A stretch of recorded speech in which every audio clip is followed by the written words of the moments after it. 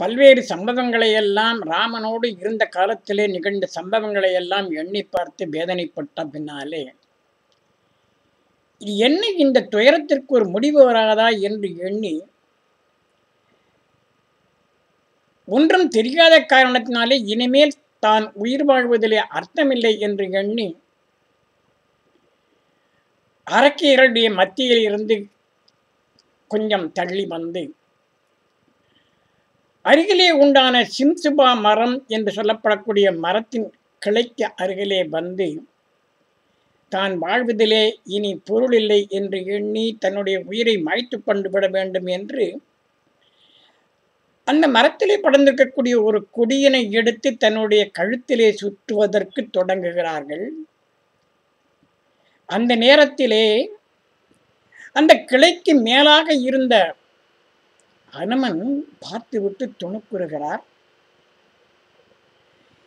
எப்பேற்பட்ட பிராட்டி உயிரை விடுவதா என்று அஞ்சி ராமபிரானுடைய நாமத்தை சொல்லுகிறார். ராம் ராம் ராம் என்று அனுமன் ராமபிரானுடைய நாமத்தை சொல்லுகிறார். இந்த பிரானுடைய பேரினை கேட்ட உடனே பிராட்டிக்கு ஆச்சரியமாக இருக்கிறது. பிரானுடைய பெயரை ராவணனுடைய பாதுகாப்பு மிகுந்த இந்த அசோகவனத்திலே யார் சொல்லுகிறார்கள்?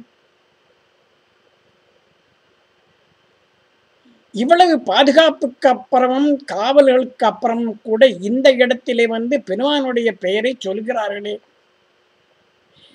அந்த பிரானுடைய பெயரை கேட்ட உடனே பிராட்டிக்கு மனமெல்லாம் உருகித்தான். வேதனையெல்லாம் விடிந்து போகும் என்கின்ற ஒரு உணர்வு ஏற்பட்டதான். அந்த பெயரிலே அந்த சொல்லிலே அத்துணை அளவுக்கு ஆகர்ஷணம் இருந்திருக்கிறது. பரகாலப்பட்டர் மிக அருமையாக சொன்னார். திருமாலுடைய பெயரை சொன்ன காரணத்தினாரே அந்த கிளிக்கு நமஸ்காரம் செய்கிறேன் என்கின்றாராம். அப்ப பெருமானுடைய பெயருக்கு அவ்வளவு தூரத்திற்கு ஆகர்ஷணம், மனதை ஈர்க்கக்கூடிய ஆற்றல் இருந்திருக்கிறது. இதையேதான் ஞானசம்பந்த பெருமான் அவர்கள் பிரயாளன் திருநாமம் பேசுக, எப்படி அந்த இரண்டு எழுத்திலே இருக்கக்கூடிய கவர்ச்சி, ஆறுதல், அந்த ஆற்றல், அதே போல மாணிக்க வாசக பெருமானும் சொல்லுகிறார்கள். முன்னம் அவனது நாமம் கேட்டாள். அப்ப அவளுடைய பெயரை கேட்டாலே, பெருமானுடைய பெயரை கேட்டாலே அதை நினைத்து நினைத்து உருகி கொண்டிருக்கக்கூடிய பிராட்டியினுடைய மனதானது உருகுகிறதா. மாணிக்க வாசகர் சொன்னதை போல முன்னம் அவனது நாமம் கேட்டு அங்கே அவனுக்கே பிச்சியானாள், தன்னை மறந்தாள் என்று அருமையாக சொல்வார்கள் மணிவாசக பெருமான். அதே போன்று பிராட்டியானவள் அங்கே யாரோ ஒருவர் பிரானுடைய பெயரை சொல்கிறார் என்று கேட்ட உடனே மனமானது உருகுகிறது. உடனே பிராட்டி எண்ணி பார்க்கிறாள், இது ஒருவேளை அரக்கர்களுடைய சூழ்ச்சியாக இருக்குமோ? இருக்கட்டுமே,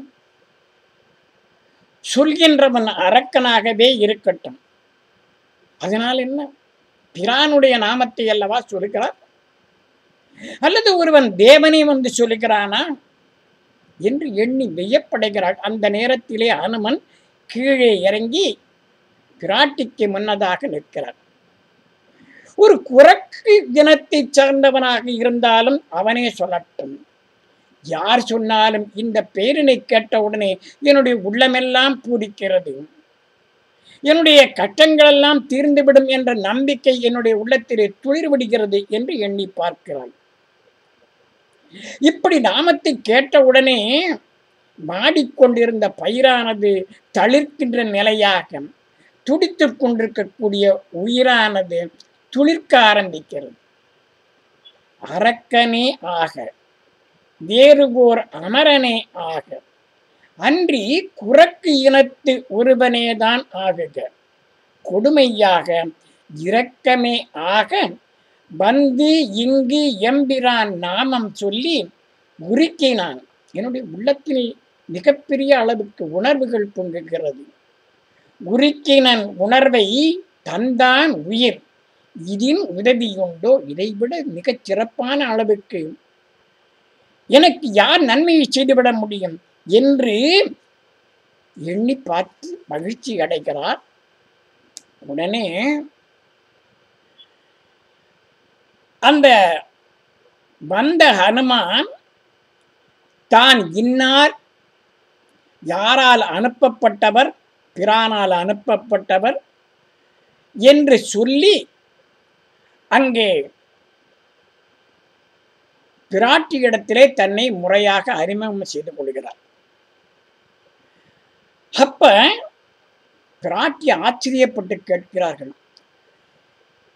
அப்பா நீ எப்படி இப்படி இங்கே இவ்வளவு பெரிய கடலை தாண்டி வந்தாய் என்று கேட்கிறார்கள். அப்பொழுது நான் வானத்திலே தாண்டி வந்தேன் என்று கேட்ட உடனே, என்று சொன்ன உடனே ஆச்சரியப்படுகிறார்கள்.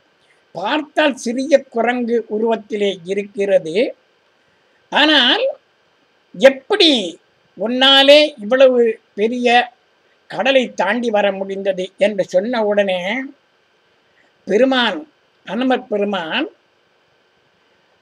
தான் எவ்வளவு பெரிய அளவுக்கு வளர்ந்துவிட முடியும் என்று வானுக்கும் கீழுக்குமாக அவர் தன்னுடைய பேருருவத்தினை எடுத்து காட்டுகிறார். அப்படி பேருருவத்தை எடுத்து காட்டிய உடனே ஆச்சரியப்படுகிறார்கள் பிராட்டி. உடனே அவர்கள் சொல்லுகிறார்கள், நீ தாண்டி வந்தது எப்படி இவ்வளவு பெரிய உருவத்தோடு என்று கேட்கும் பொழுது ஹனுமன் மிகச் சிறப்பான ஒரு விளக்கத்தினை தருகிறார். பிராட்டி எம்பிரானுடைய நாமத்தை, என்னுடைய பிரானாக விளங்கக்கூடிய ராமனுடைய பாதங்களை பிடித்து கொண்டவர்கள் எப்படி இந்த பிறவி பெருங்கடல் என்கின்ற கடலை கடக்கிறார்களோ அதை போல நானும் பிரானுடைய நாமத்தை சொல்லி இந்த கடலினை கடந்தேன் என்று சொல்கிறார்.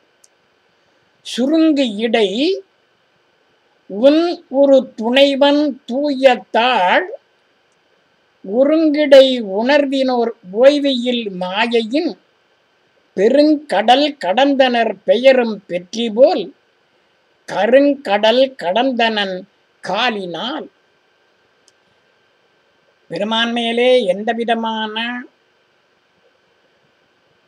மாற்றமும் இல்லாமல் எல்லா காலத்திலும் யார் ஒருவர்கள் நினைக்கிறார்களோ அவர்கள் எப்படி இந்த பிறவி பெருங்கடலை கடப்பார்களோ அதை போல நானும் கடந்தேன் என்று சொன்ன உடனே மிகுந்த மகிழ்ச்சி அடைகிறார்கள்.